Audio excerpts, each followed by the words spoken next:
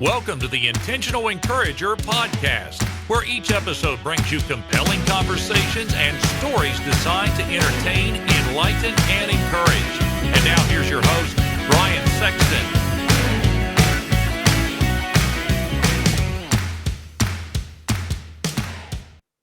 And welcome into the Intentional Encourager podcast. I'm your host, Brian Sexton. Thank you for joining us again today.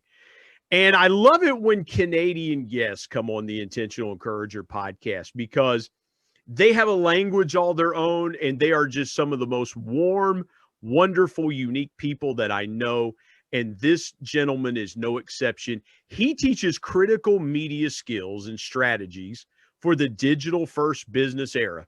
Now, color me dumbfounded, but Rob's going to tell you about it. And you can find him on LinkedIn at Rob Deptford, Deptford, but you can find him right here on the Intentional Encourager podcast. Rob, welcome to the podcast. How are you today, sir?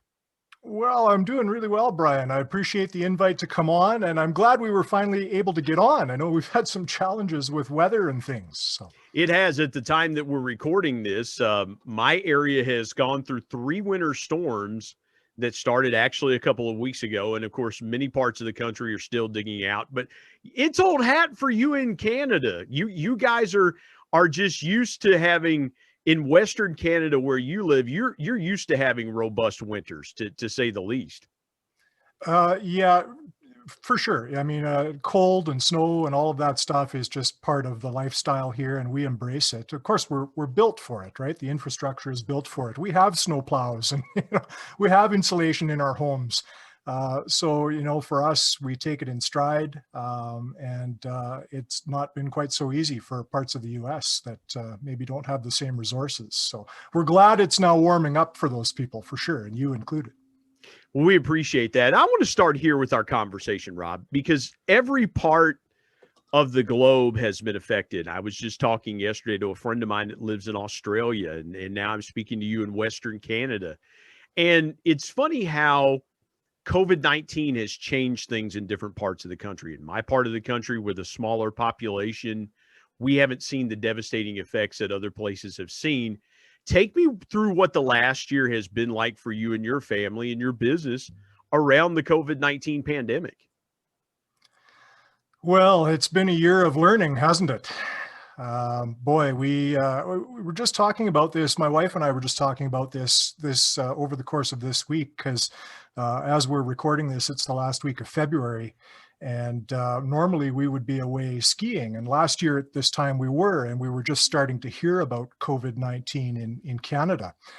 And, at that time it was really downplayed, and people were really talking about how they were thinking it would get under control in some way, and we weren't going to let it take over our lives. And of course, it did take over our lives, and has been quite a challenging thing to deal with for many people in many parts of the world. So for us, as things progressed, we felt it like a lot of other people felt it. We started having lockdowns and things eventually. Businesses just had no other choice but to close due to government regulations to try to contain the virus, and really to try to keep the hospital system, the healthcare system, reserve their capacity, so to speak, enable them to treat the people that needed the treatment, and not be overwhelmed. And so, my business locally pretty much vanished initially.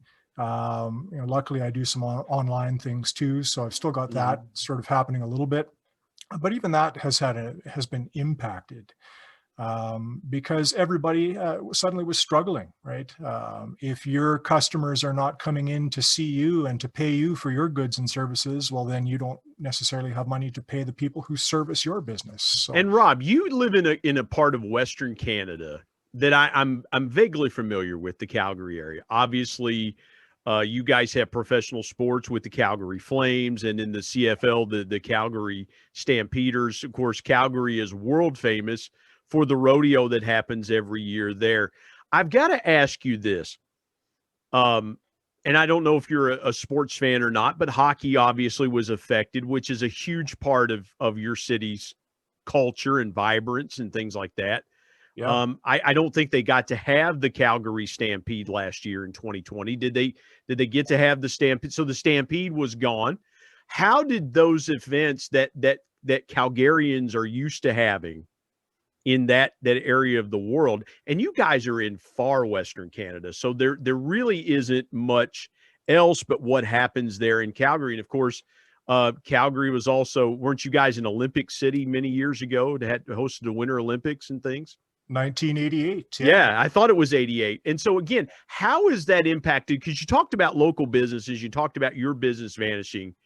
What have you seen outside of the local area as far as those events that people in your area were used to counting on and having year in and year out? And of course, with the Flames, you have 41 home games a year with the Calgary Flames. I think this was the first time in decades where the CFL did not even have a season at all. So folks that were used to watching the Rough Riders or the Stampeders play.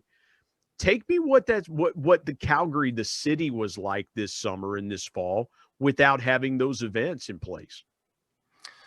Well, very quiet, obviously. I think there's a sense of disappointment, especially with the Calgary Stampede. It was the first time in, I forget how many decades that the Stampede has not happened. Normally we would make it happen one way or another, even when things try to derail us. Like in 2013, we had a massive flood in the city, and it was late in the spring and enough of a disruption that we were concerned that the Calgary Stampede would be canceled. But the community came together tremendously and worked and got everything cleaned up and managed to pull it off. The Stampede happens, typically first week of July or so, and we were able to do it.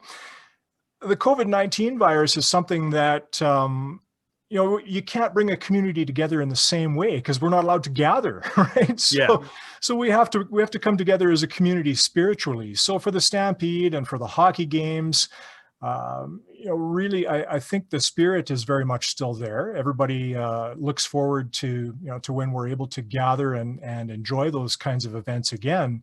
But in the meantime, we sort of just keep it in our hearts, right? And now we've got hockey on television again as they play without any crowds. So there's that for those of us who are fans and want to get our fix, so to speak.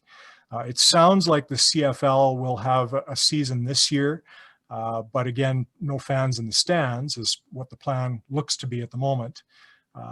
So we take it in stride because we have to, right? We have to.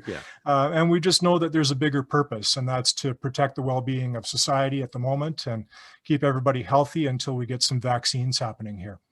Rob, let me ask you something. In your business, and you do a lot with helping folks that are camera shy. We'll get into that as well too. I love that part where you talk about helping folks that are camera shy. A lot of folks out there that want to do more things digitally with videos, but just don't have that. What was the biggest effect that you saw in your business as a whole? Because you mentioned a lot of people were not coming to you and getting your services and things that you offer. What was the biggest effect to you in your business that you saw that kind of made you take pause and say, okay, if we could rewind the year and do this differently, we would have pivoted in this way? Well, the thing that disappeared for me was the local production work, right? Because all of a sudden you can't go on site at a business to do any of that stuff. And so with that being a more significant piece of the business, to have that vanish, it was sort of like, well, okay, this is a big change, and what are we going to do now to continue on and move forward and continue to be able to be in business? Because the reality is, unfortunately, a lot of businesses are just not making it. I saw a stat here recently that said something like 10,000 restaurants have already closed. So it's tough out there, right? So we have to look at, well, how can we now adapt? And what are things going to be like as we go forward as consumer habits change? And probably aren't going to go entirely back to the way they were now, right? So that really was an opportunity. I look at it as an opportunity to take stock of the business, think about what people might demand going forward. And was already into the digital first stuff anyway, right? Which is really about being communication centric and in the online space. And so looking at that piece and expanding it. And that's kind of where we're at now and what I'm working on at the moment. And anticipating that that's where we're going to continue to be going forward. I loved looking at something in your LinkedIn profile, because you and I have kindred spirit here. I started out 31 years ago at Marshall University in Huntington, West Virginia, to be a broadcasting major. I started out wanting to be in do play-by-play for radio, and I've been very fortunate that I've gotten to do a lot of radio in the last 18 years, even though I switched majors and got a marketing degree. And then I thought, well, I want to go into I had a friend in the radio business that said, you ought to go into print journalism. So I did that for a while until it came time to write for my college's newspaper. And I had 2 part-time jobs that paid me, and they wanted to work me for a semester with the paper that didn't pay me. And I had bills to pay. So I had a decision to make. But yeah. That is such a unifying thing. And I understand that world well, staying in it and looking at it from a distance. Let me ask you this. How do you see the medium of broadcasting changing now?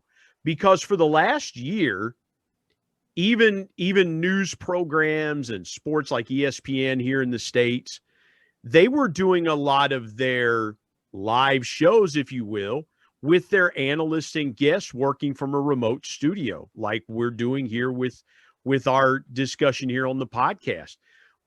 You see the videos on YouTube where the mom has her toddler. She's trying to do her live news at 6 o'clock, and the toddler walks into the shot or something like that. How do you see that progressing and changing in the broadcast medium with studios and things like that? Do you see more and more news and entertainment outlets doing those remote types of things and interweaving that going forward? Or do you think at some point they'll return to the controlled environment? I say that in air quotes, the controlled environment of a studio. You know that world very well. Yeah, it's interesting.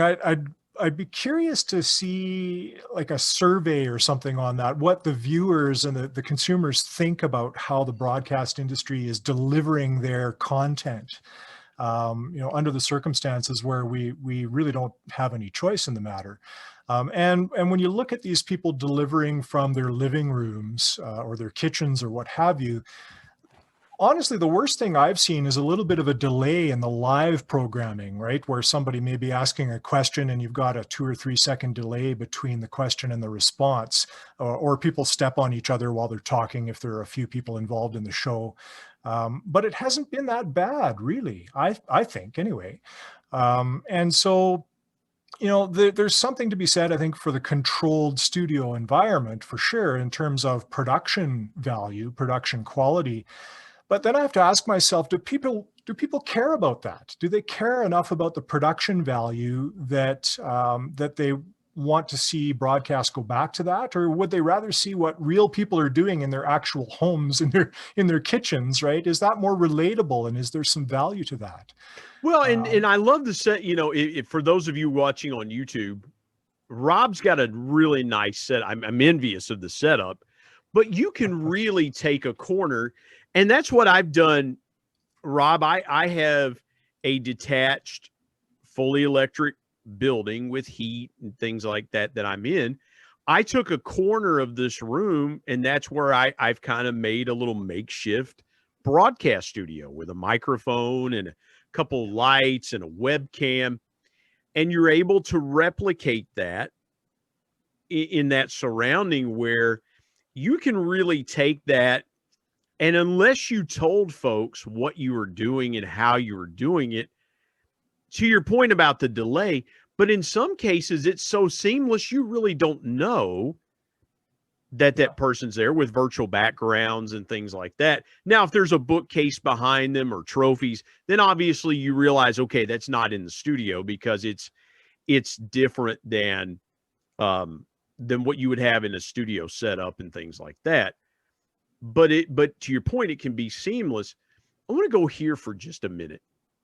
How important is now the quality of the content that folks are delivering? Because again, when you take out the controllables and you put them in the hands of the person delivering the content, that person's setting up their own mic, they're setting up their own lighting, they're setting up their own microphones. They're becoming basically their own producer and technical person right there in their own home, and kind of taking the bat out of the hands of the folks that would normally do that in the studio, make sure that the camera, make sure the lav mic was on properly and the lighting was good and the makeup was good and things like that. Well, now they're having to do that all remotely. Do you see the industry as a whole maybe getting some attrition from some of those folks doing that job? How do you see it going forward? What do you think the next 2 or 3 years looks like, or even 5 years? In the broadcast medium around the new way folks have done it since the pandemic? Well, I think there'll continue to be efficiencies made regardless, right? Like if I think back to when I went to broadcast school, even then, I was a broadcast news major. And so, radio and television news was kind of the main piece of my training. But even then, we still learned how to operate the lighting and the audio and the cameras and all of the things behind the scenes that happen in post-production. Not much was digital back then. But well, Rob, here's the thing too, and I know a couple of our local sports guys. Yeah. They go out and shoot they'll go from high school to high school on a Tuesday night or a Friday night here for basketball. They'll go in for 20 or 30 minutes with a camera. They'll shoot that film. They'll go to another school. Let's say there's another school playing 10 minutes down the road. They'll go there, grab some film for 15 or 20 minutes, and they'll just hop to those different places, and they'll come back and they'll do all their post edit themselves. And by the time it's 11 o'clock and they're ready for the news, they've not only shot it, but they've edited it. And now they're doing the live voiceover over the highlights. So yeah, I mean, when you're in journalism and broadcasting school, you literally learn how to do everything, don't you? Well, we certainly did. I think what's different now is it's just become easier.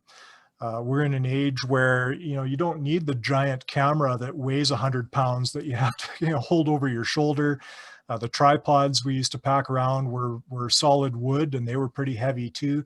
Now you've got things that are much smaller and lighter and easier to operate, very intuitive even. And when you look at even a news scrum, as we call it, right, where there's a gathering of reporters at some kind of event, many of them will have the professional equipment, but a lot of them too will just be, they'll have their smartphone rolling and gathering some footage that way, because let's face it, smartphones have come a long way over the years, and the cameras are, there are smartphones that are shooting in 8K now, which is incredible. So yeah, I mean, anybody can do this, and there are ways to learn how to do it in the online space. So you don't need 4 years of journalism school anymore to figure out how it's done.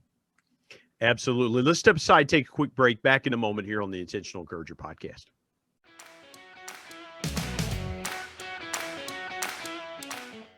Hey everybody, Brian Sexton here. I want to tell you about our sponsor, SEO National. SEO stands for Search Engine Optimization. Now what's that, you might say? Well, search engine optimization helps you show up higher on search engines in front of paying customers for words that you as a business owner can monetize. What a great concept. SEO National is owned by my good buddy Damon Burton, who's been a guest here on the Intentional Encourager podcast. Not only has Damon and his team worked with businesses of all sizes, from e-commerce startups to NBA teams and Shark Tank featured businesses, but more importantly, Damon and his team are about transparency, trust, and providing lifetime value. So much so that he still has his first customers after opening SEO National 14 years ago. Let me give you some intentional encouragement and call Damon and his team today at 855-736-6285 or go to www.seonational.com and get a free quote.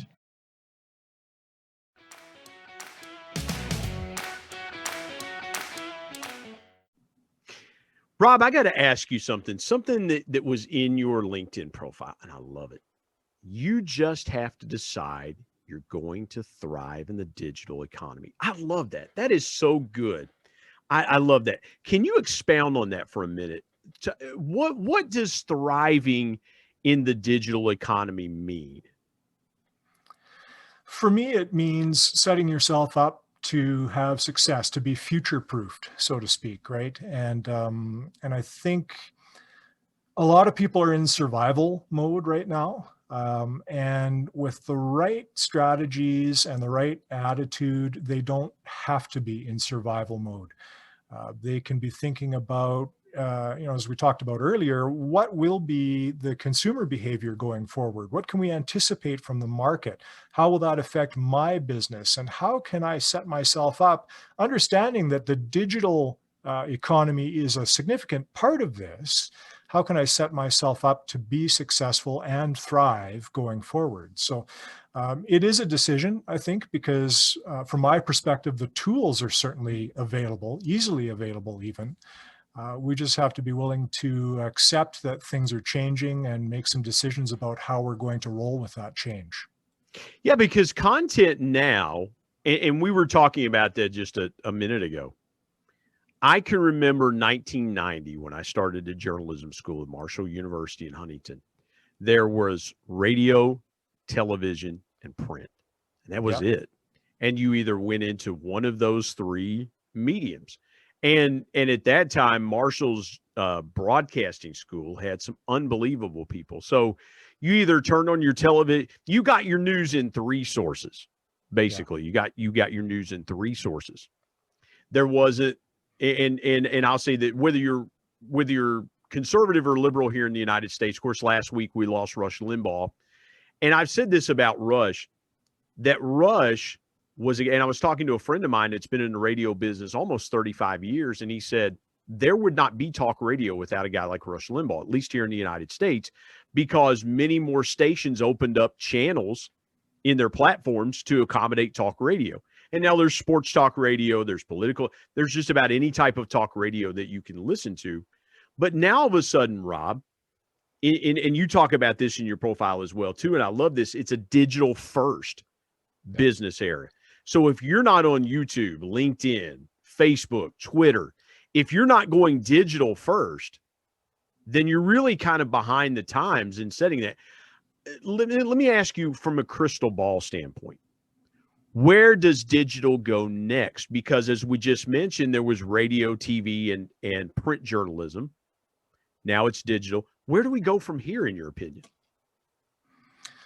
Well, I watch my kids to try to figure out what's happening there, to be honest with you, because, that's the space they live in constantly. It's where, especially now with the pandemic, they're living there and that's where they connect with their friends. That's where they have done their schoolwork. That's where they do their window shopping, so to speak, and then their actual shopping when they have some money to spend. Everything in life is happening in that space for them. And it just is second nature. They don't even think twice about it. It's where they go first. And that's partly where digital first comes from, I think, for me. So I really think that will be the first step for everybody, even if you're a little bit old school and you still like the bricks and mortar stuff.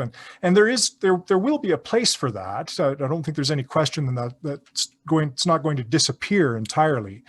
But the question really for business is, what piece is going to be digital first for me? And it really is about being communication centric. So, if I've got a restaurant and somebody down the street has got a restaurant as well, and somebody, let's say they're both hamburger joints, and somebody Googles, where can I find the best hamburger? Well, which one is going to come up in the Google search? Right? Yeah. And that's probably going to be the one that's going to win the business. Yeah. So it really is about that presence in the online space and establishing that and growing a digital footprint sizable enough that you can be discovered. Rob, it's funny, and I want to take us back just a minute. You were talking about the media scrum that happens when a catastrophic event happens or a press conference, things like that. And we've all seen it. And we see it with press conferences here in the U.S. when the president's press secretary speaks. There's all these reporters, who's president, or the press secretary, And it is a scrum. I want to go back here for just a minute, if we can. Now and you so brilliantly put it, everyone is a broadcaster in the palm of their hand. You literally can broadcast from the palm of your hand. When you look at that, as someone that has that background, and I'll share this with you. Here's where I want to go with the conversation. With my journalism training, a lot of times it bothers me when people rush to a story, rush to be the first to break a story. In other words, the way you and I were taught was vet your sources, make sure it's accurate, make sure everything is in line. We don't run anything or we don't broadcast anything without it being vetted. And nowadays, Rob, the main reason I have Twitter is for breaking news. Yeah. Because it seems to be that digital first. To your point about digital first, it seems as though many news outlets want to rush to break a story on Twitter, or a reporter wants to break a story on Twitter or on Instagram first. And they also gather from those digital sources. How do we get that reining in back in line to where we go back to some of those old principles that worked? Because I love what you said about old school. And I think some of those old principles about vetting sources and making sure you have everything right. How do we get back to that? How do we merge the speed of the digital first medium with the principles of getting it right? That's I've had a lot of conversations on this topic, and it's interesting as we speak.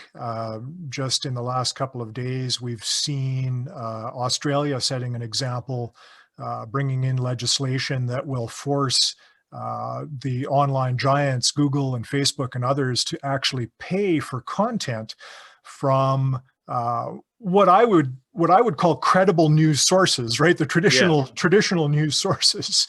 Those news sources that do invest in fact checking and investigating and making sure it is right before they put it out there to the world.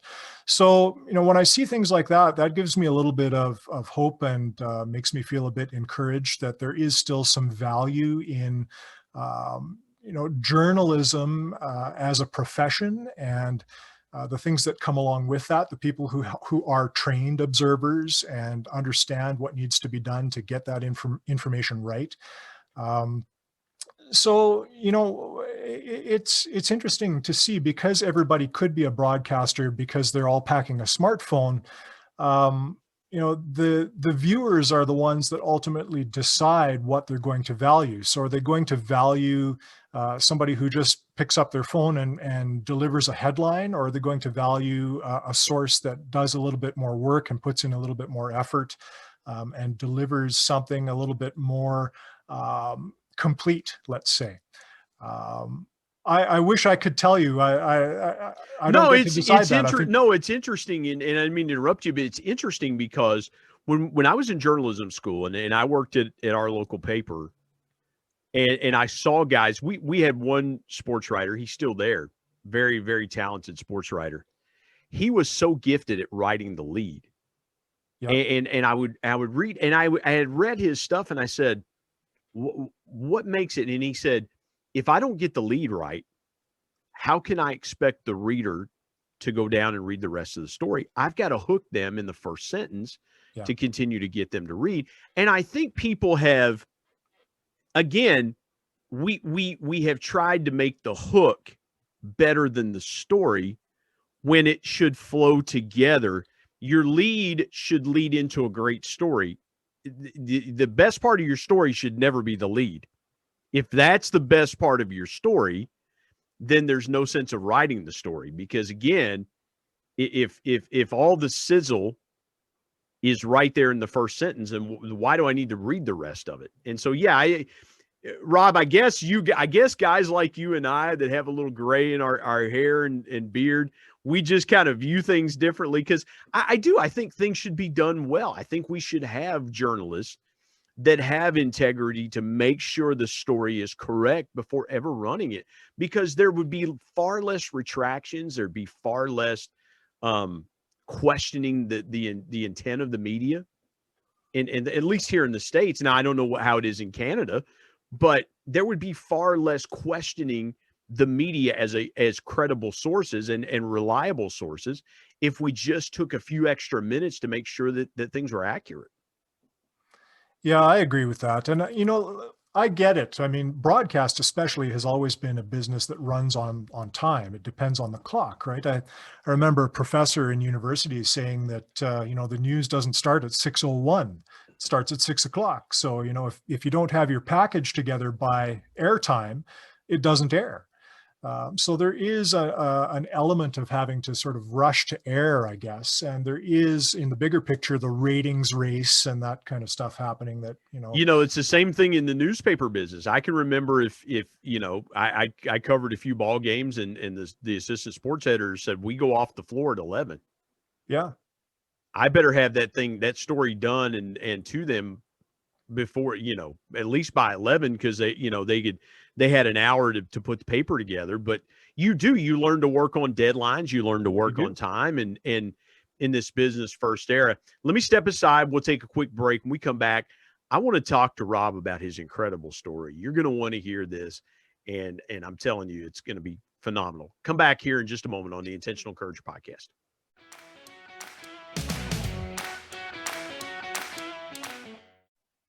Hey, everybody, Brian Sexton. Want to tell you about my new book, People Buy From People, 10 Powerful People Lessons from the Ultimate People Person. My dad was one of the greatest connectors that I ever knew.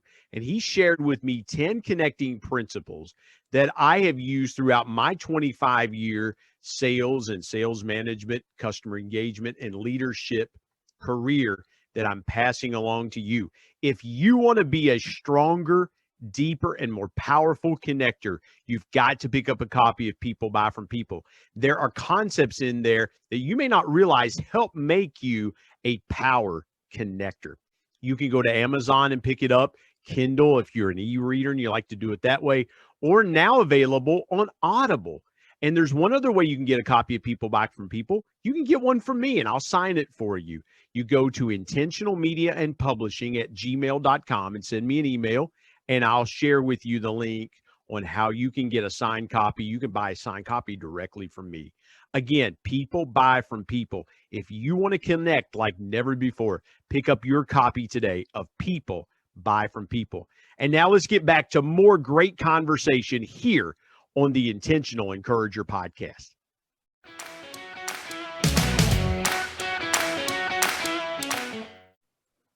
Rob, let's dive into your story. I want to go from point A to point B. Take me as far back as you want to take me in your life, because we've talked about digital, and you've alluded to some things that you've done before with going to broadcasting school and things like that. Take me from point A to point B as far back as you want to go, and just kind of tell folks about your life.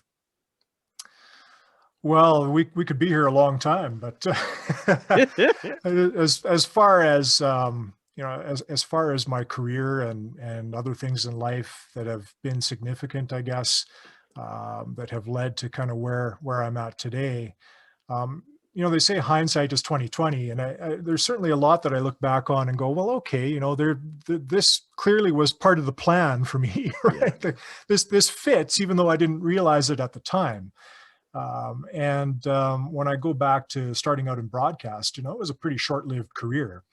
You know how this works, right? Typically in the broadcast industry, you have to, you're a nomad. You have to move around from town to town, up and down the dial, as the theme song for WKRP in Cincinnati says. Hey, anytime we can get a 70s television show reference here and being a baby of the 70s, God bless you, Rob Deptford. I love it. Thank you, man. Absolutely. And there's probably still reruns on someplace, but Dr. Johnny Fever, one of the greatest disc jockey nicknames of all time. Absolutely. But there's some truth to that, right? And so you have to be prepared to do that and basically put your time in for terrible pay, frankly. Yes.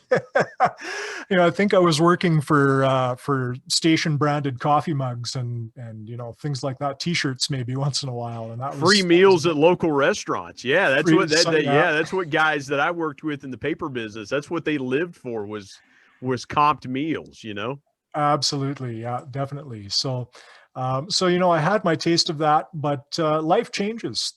And my wife at the time landed a pretty good job that was not going to make it easy for me to move around the country and work my way up the proverbial ladder, so to speak. And so I made some decisions, and I crossed over to the dark side, as we call it in journalism, and ended up doing corporate communication stuff and marketing stuff. And for the first time in my life, had a regular Monday to Friday work week and a paycheck that had numbers I could count. you know? And it worked out pretty well. And looking back at that transition, what ended up happening was throughout my career, as I got, kind of worked my way through various marketing and communication roles, I always came back to that broadcast foundation. And the ability to do public speaking, talk about what we were doing in terms of strategic planning and things along the way, and deliver messages clearly and succinctly. Those are skills that have served me well throughout my career. And those are things I come back to now when I talk about people delivering what they do, in a way that an audience will resonate in the digital space. These are the same skills. These are the things that, and really anybody can learn, right? And how do you do that? Rob, it's, and I don't mean to interrupt, it is becoming a trusted voice. Yes. And I can think about, we still have a news anchor here in the area that I live in. He's been retired for almost 20 years, maybe a little bit longer, but he still does commercials for a local Toyota dealer. Yeah. And there are still folks that resonate with him, and they go, "Oh, I remember when I was a kid, he was the guy on TV. He was the broadcaster on TV." I have a dear friend of mine. He does the pregame for the Columbus Blue Jackets. He worked in this market in the early 80s as the weekend sportscaster, moved to Columbus, and we've kept up with each other. But my aunt and uncle had a little snack bar across the street from the TV station, and they would come across the street and get hot dogs and snacks and popcorn and things like that. And so we just kind of followed each other. But you're right. It's a nomadic lifestyle. You have to move from place to place. And two, if you're in a market for a certain length of time, you can be in a market 3 to 5 years, and you can be established in that market. Yeah. Especially in television, you can really get established in that marketplace. So I want to jump in there because I love what you said about returning back to those tried and true philosophies and becoming trusted. That's how credibility is established. When people know your face and they see you every night, you eat dinner with them, so to speak. Yeah. They're sitting in front of their television. They're watching the news as they're eating dinner.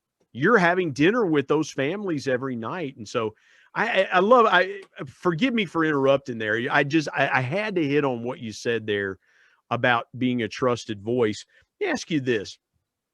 When you would take these ideas about saying messaging and having succinct, clear messaging in the corporate world, what was the first reaction that people would give you to those things, taking those broadcast principles and applying them to the business world? Some of the things I'd hear, wow, what a great speaker you are once in a while, right?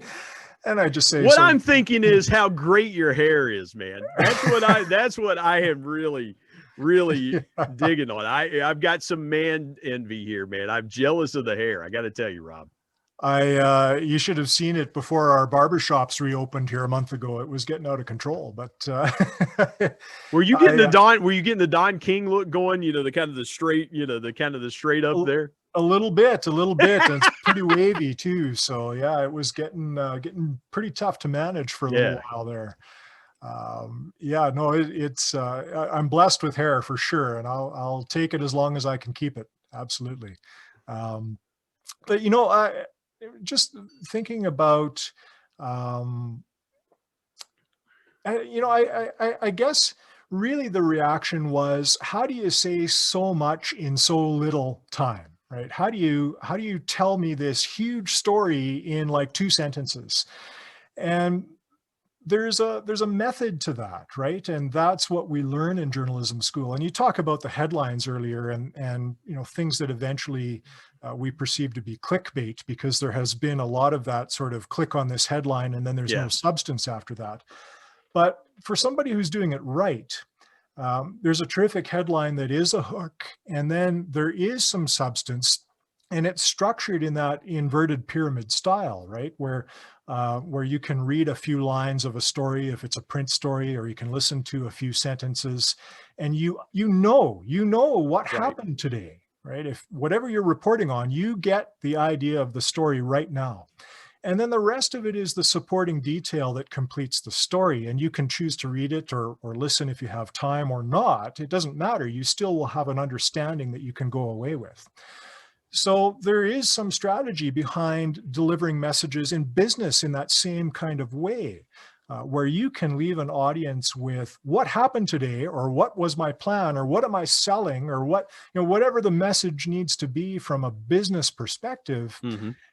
And people have clarity when they come away from hearing what it is you have to tell them in that type of storytelling format. Well, here's the thing, Rob, is that most companies, especially in a crisis situation, will react in a soundbite.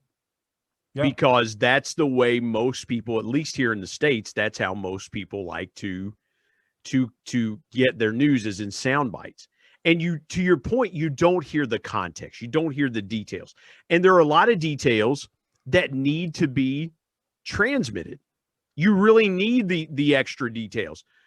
And again, I think we have done our society a disservice by just giving them 5 to 10 second clips, or giving them 5 to 10 second bites. When you finally were able to relate this, how did the businesses that you worked with, how did their communication get better? Well, efficiency is tremendous when it comes to talking to your customers. And I think one of the big things that I see is when people adopt this kind of communication-centric style and they're doing it well, they understand the message they're delivering and they're structuring it well, and it's something that they know their audience will appreciate. And that's the biggest thing, right? Is understanding who is my audience and what are they expecting from me. And when you know that, then you can kind of start reverse engineering things. But that's when you start to see the bigger results, right? The 6 o'clock news anchor effect and the trust that comes with that as you're consistent in delivering your message. And building that trust and eventually establishing a relationship through engagement, however that looks. Maybe it's through social media for a lot of businesses, and ultimately generating revenue for the business from that targeted audience that you've reached out to. Well, and again, I think we all can get better in messaging. I think whether you do a podcast, whether you do marketing, business, things like that, even personally, I think we can all get better, even messaging to our families, messaging to our kids, messaging to people that we love, because I think a lot of times we get so caught up in saying, well, let me just give you the highlights.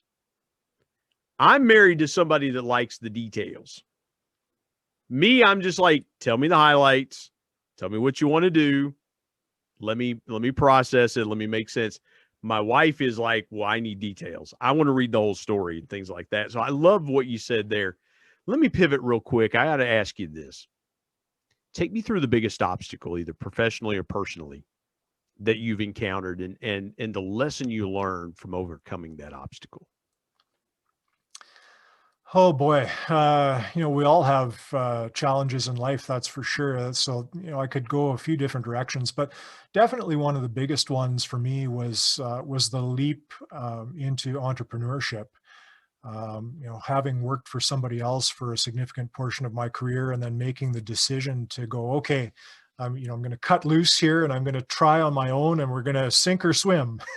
Yeah. And there's a lot of fear that comes with that. And so you have to have a lot of courage to counter that fear for sure. There have been ups and downs. And we're going through another one of those down times right now, right? A lot of us are.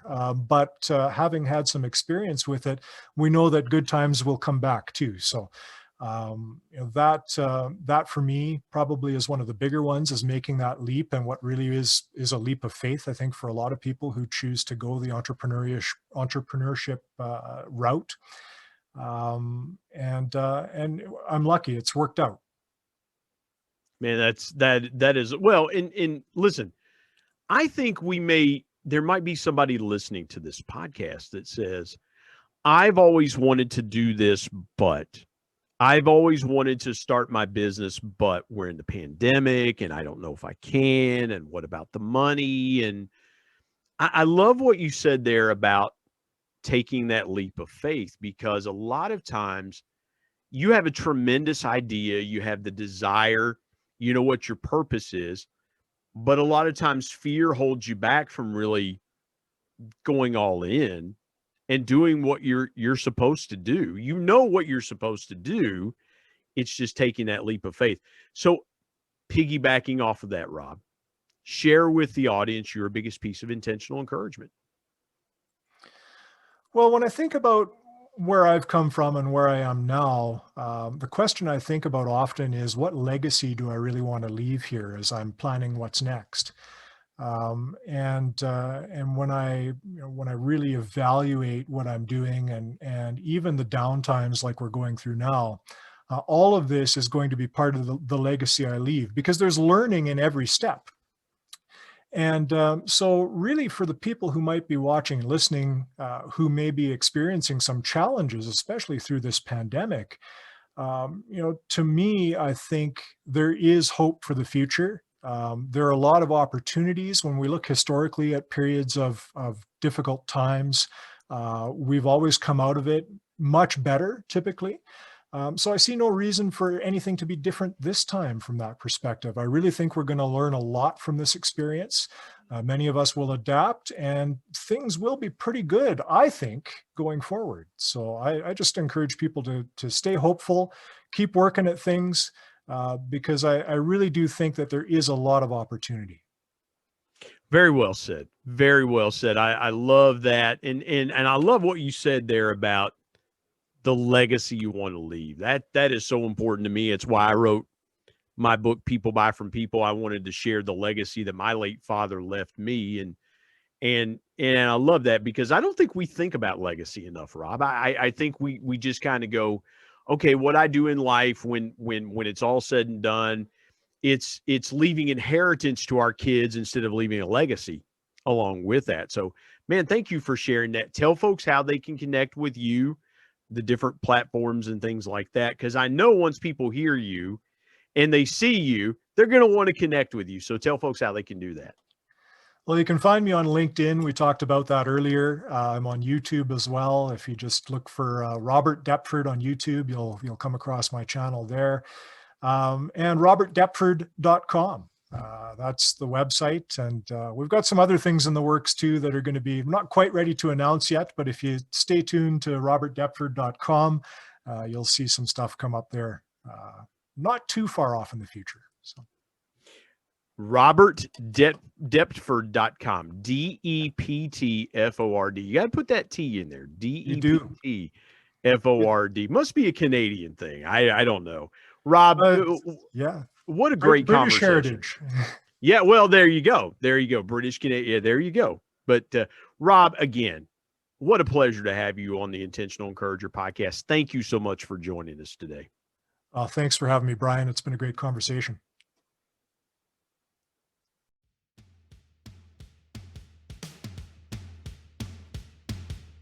My thanks as always to producer Bryce Sexton and technical advisor Matt Means. And of course, the ultimate thanks goes to the Lord Jesus Christ, who provides intentional encouragement every day through his word. If you're not subscribed to the Intentional Encourager podcast, hit the subscribe button wherever you get podcasts so you don't miss an exciting episode where you can get encouraged and stay encouraged. And remember, anyone, anywhere, at any time, any place can be an intentional encourager.